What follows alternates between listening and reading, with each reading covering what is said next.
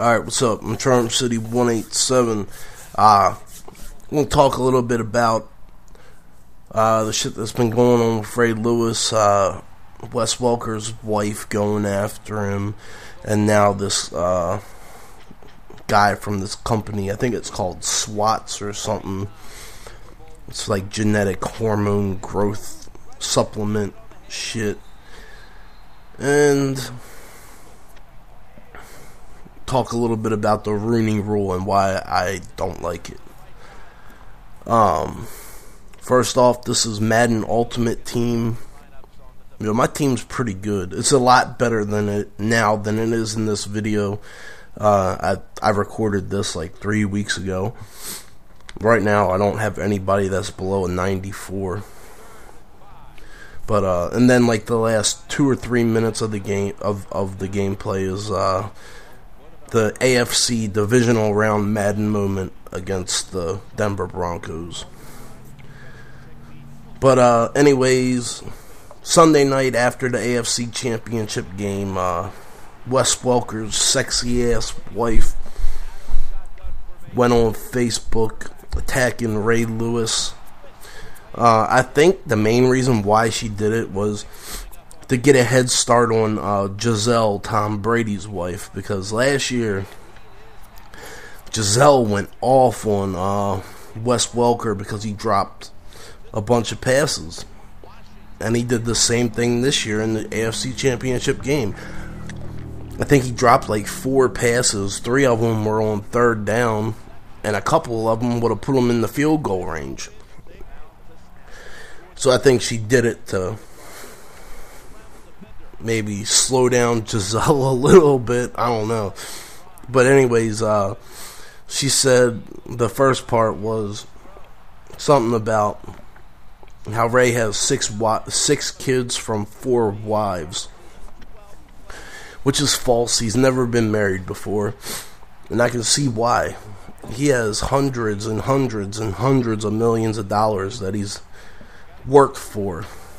You get married and you get into one argument, she's gonna want half of everything you have and leave, and half of everything you ever make for the rest of your life. It's just pointless to get married unless you have an ironclad prenup. That's the only way I'd ever get married.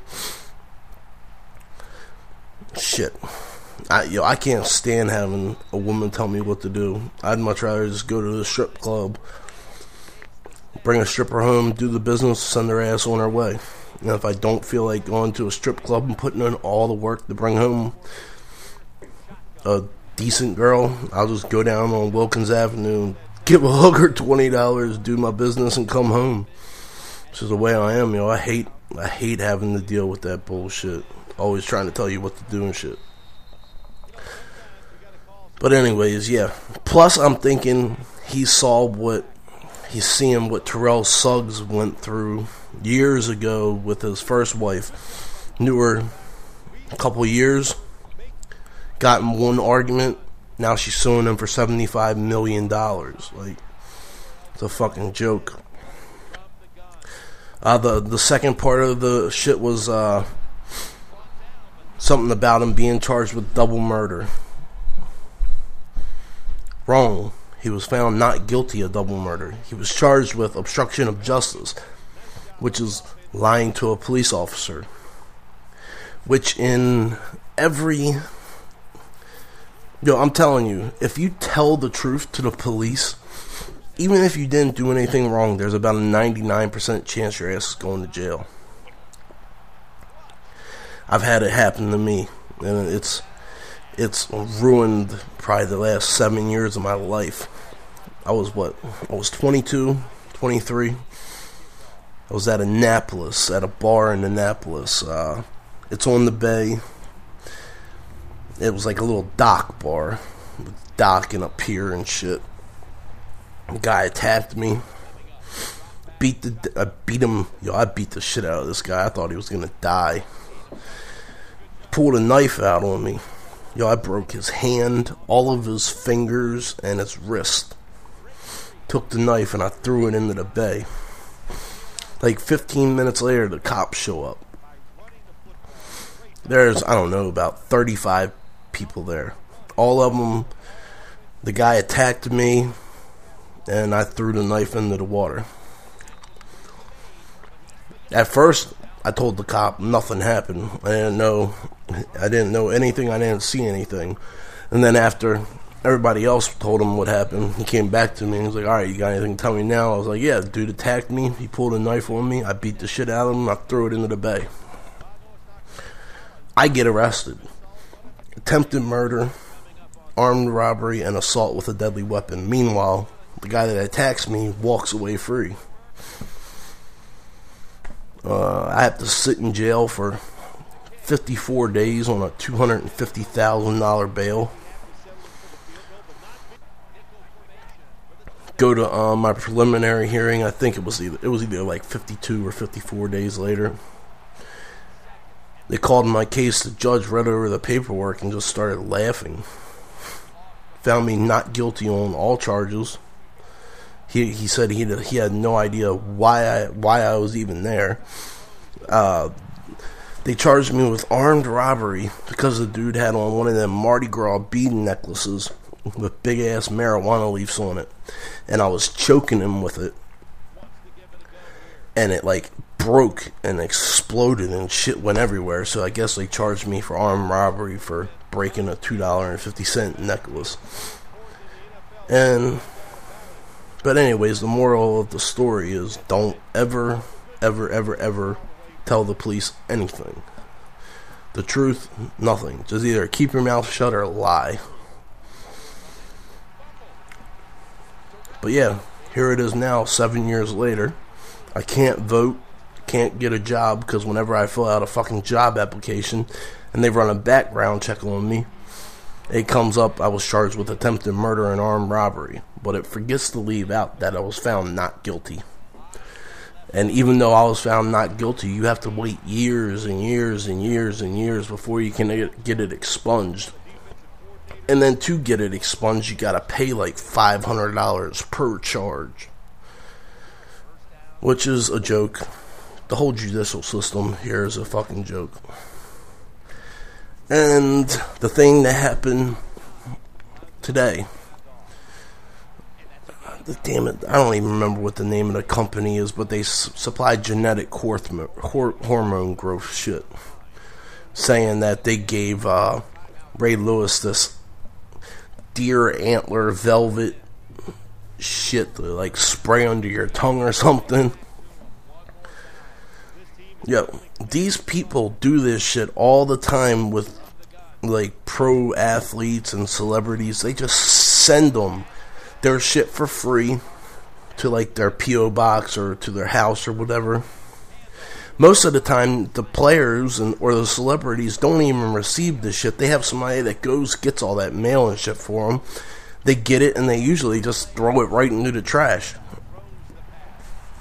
So, plus, Ray passed all of his drug urinalysis and all that shit. Nothing came back, anything on any of his drug tests. So, you can tell the guy's just looking for attention. But yeah, that was the end of the Ultimate Team game. This is the Madden moment. And now I want to go on a little bit of a rant about the Rooney Rule. I cannot believe that for years I liked Stephen A. Smith. Like, these past 4 weeks I have learned how big of a fucking tool this guy is. He is appalled at the NFL because no African American coaches were hired. I guess right after Black Monday, when all the coaches get fired. I think it was 7 or 8 coaches. Number one, who the fuck are these people that think they can tell these owners that spend billions and billions and billions of dollars every year on their football team who the fuck they can hire as their head coach? It's a joke. That's why this country is going to the shitter. Give illegal aliens free education, free healthcare. We all have to pay for it. giving people that don't want to go to college free education, but people that want to go to college have to pay out the fucking ass. Like $80,000 a year. Like, how the fuck are you going to afford to pay $80,000 a year without being in debt for the rest of your life? And he's trying to compare Lovie Smith getting fired in Chicago to Andy Reid being hired in Kansas City. Kansas City had a good defense last year. Their offense was terrible. Lovie Smith is a defensive coach. No teams are worried about defense anymore. Everybody wants a high-powered offense. That's why they brought in Andy Reid to Kansas City, because he's an offensive coach. And then he was going on some bullshit about Jim Caldwell not getting any interviews. He was coaching. We were in the playoffs, unlike the rest of the people. He couldn't have gone to an interview if he wanted to. We didn't have a bye week.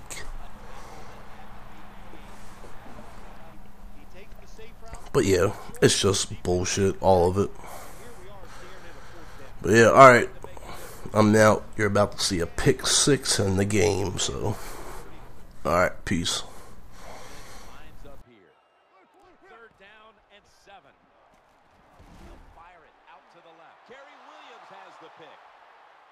Some daylight.